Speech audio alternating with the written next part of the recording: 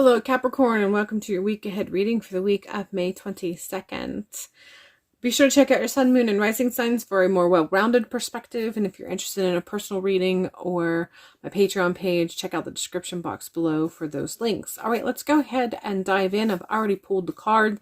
I'm getting heavy grandmother energy with this particular reading, and it's connecting very much with ancestor work. So let's go ahead and look at the cards individually to see where that leads us. The first card I have here is Apron, and this feels very specifically with ancestor grandmother work, and how that applies to you is something that you're going to have to figure out on your own. But I do feel like you are being called this particular week to connect with your grandmothers, connect with grandmother spirit. And I feel like this goes beyond just your personal grandmother. I feel like this connects with the grandmother of your lineage, but I also feel like this is connecting with the grandmother spirit of the trees, the grandmother spirit of plants, the grandmother spirit of energy. So this is just a call in general for you to take your craft and connect it with not only your personal self and your lineage, but that connection that you have as far as Earth is concerned and what's available in and around Earth.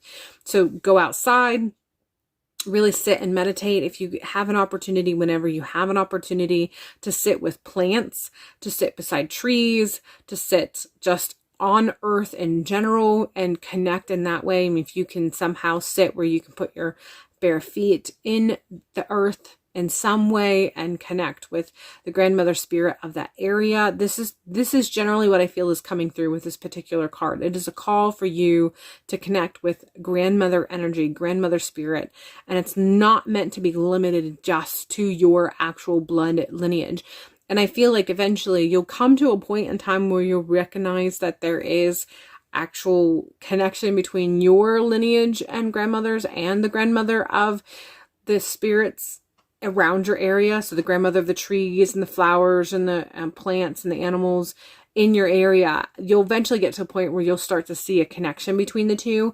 But right now, they're really asking you to participate in that particular connection from this very open-minded perspective of just being present and connecting as often as you can in whatever way that you can throughout the week. The Queen of Stones is really, I feel, just furthering that message, really connecting with that grandmother energy and grounding it and connecting it with a perspective of deepening your spiritual practice, putting some fire in your spiritual practice. So if you've been someone who've reached a point in your personal practice where you feel like it's not as alive as it once was, or it's not as fiery as it once was, or the connections seem to have waned in some regard, this is a message to you as to how you can increase those connections or rekindle those connections.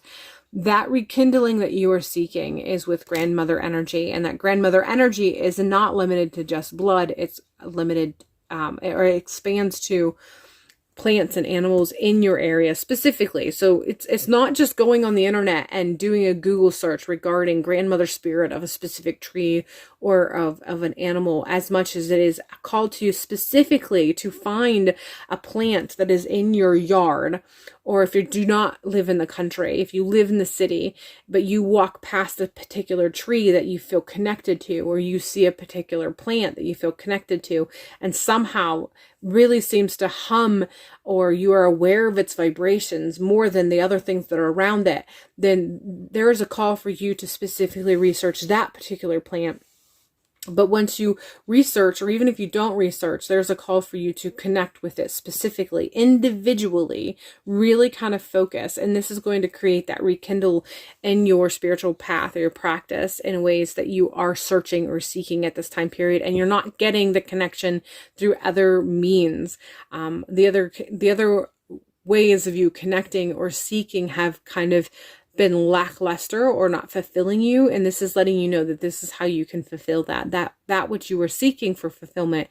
This is the path to that. We're continuing on here with the Eight of Blooms, and I just feel like there's definitely an emotional connection to this, and I feel like this is just saying that there is there is a block that you're experiencing emotionally, but you're the one who's presenting the block. So there's resistance on your part to open up emotionally. And The other part of this message is that you have to open up, you have to get a bit more vulnerable for this to come through.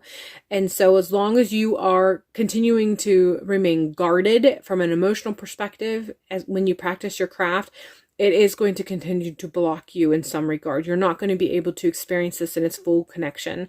So the Eight of Blooms is really letting you know, to tell you that you need to become a little bit more vulnerable in your craft, in your practice, if you really want to see these connections come together, and if you really want to see this fire rekindled and see it grow to whatever next level it is that you desire to experience.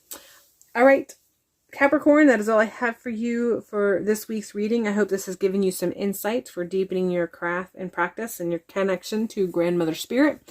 And hopefully I will see you in a future video.